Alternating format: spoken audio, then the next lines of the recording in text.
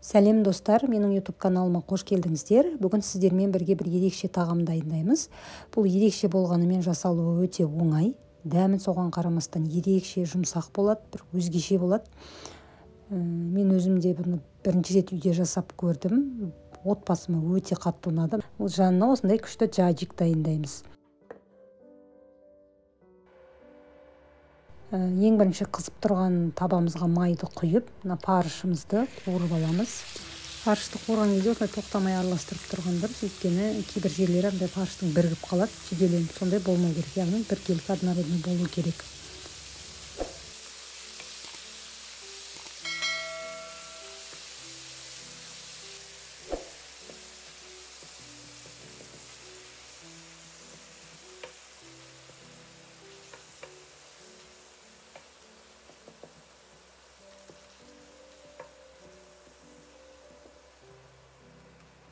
Осылай бәрін араластырып кішкене қуырып болғаннан кейін үстіне пиязды саламыз да, осында жақсылап араластырғаннан кейін 1-2-3 минут осылай бетін ашық күйде қуырып аламыз.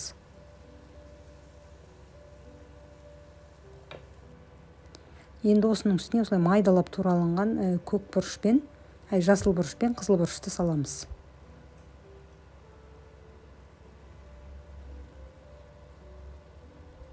Тағы да жақсылап араластырамыз.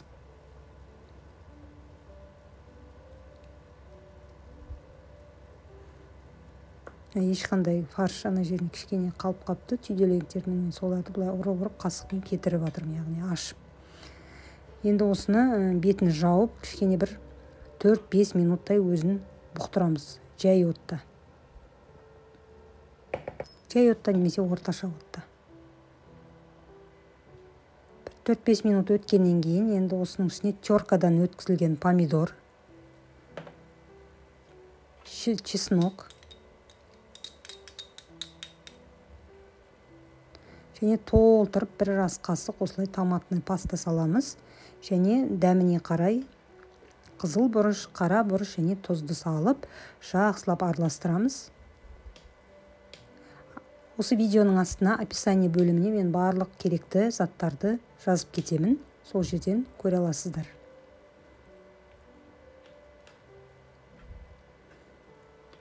Осылай жақсылап араластырып болғаннан кейін енді осының бетін жауып бір 5-7 минут бұқтырамыз. Баяу отта. Осының үстіне енді 1 стакан суымызды құямыз. Сары майымызды саламыз. Бұл барлық ингредиенттерін салып болдық. Енді жақсылап жауып бір 20-25 минут енді дайын болғанша, суы кішкене тартылып, жақсы болғанша бұқтырамыз баяу отта. Дайын болды біздің неміз фаршымыз. Енді осыны жинаймыз. Сол ыстықтай сразу жинай береміз. Осындай лаваш керек болады бізге. Мен отрубной деген лаваш қолдандым. Лаваш жалпы мына жерде 10 штук, бірақ осы неге начинкаға менде 7 штук лаваш жетті. Осылай барлығын жайып, жаңағы торт сияқты жинаймыз.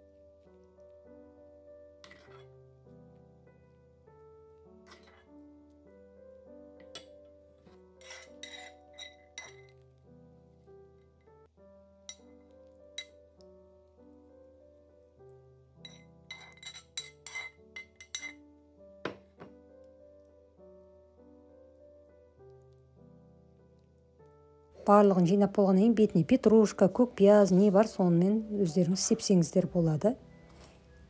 Енді осыны пока кішкене 1-2 минут қойып қоямыз. Оған дейін тез джаджик дайындаймыз. Джаджик деген бұл түрік асханасының тағамы, яғни салқын сорпа сияқты десе де болады. Біз сорпа ретінде ішеміз. Оны отбасымызбен бірге өте жақсы көреміз. Аптасына мен оны 1-2 рет міндетті түрде жасаймын. Осылай 3 қиярды жақсылап жуып, теркадан өткізіп аламыз бәрін. Содан кейін осының үстіне любой кефирді құямыз. Жарты литр кефир. Мен осы жолы Ренмилктің кефирін қолдандым. Содан кейін су және чеснок.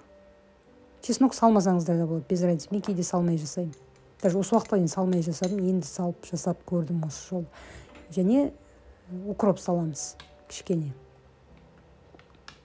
Енді осының бәрін жақсылап араластырамыз. Үстіне тұз саламыз дәміне қарай. Болды, сонымен біздің джаджик деген күшті жаңағы сорпа сияқты тағамымыз дайын. Салқын күшті болады бұл. Міне осындай күшті кешкі асымыз дайын болды. Менің отбасыма қатты ұнады. Барлығын сүйсініп жеп қойды. Сіздер де жасап көріңіздер. Сіздерге де ұнайтынына сенімдімін. Видеома ұнаса лайк басып, комментарий қалдыруды ұмытпаңыздар. Каналыма тіркеліп қойыңыздар. Және осы видеоны өздеріңіздің таныстарыңызбен барынша бөлісулеріңізді сұраймын. Өйткені ол менің каналымның дамуы үшін өте маңызды. Және алдағы уақытта жақсы видеолар шығару үшін ол мен үшін мотивация болады. Сондықтан сіздерден сондай қолдау күтемін. Көріскенше ас болсын.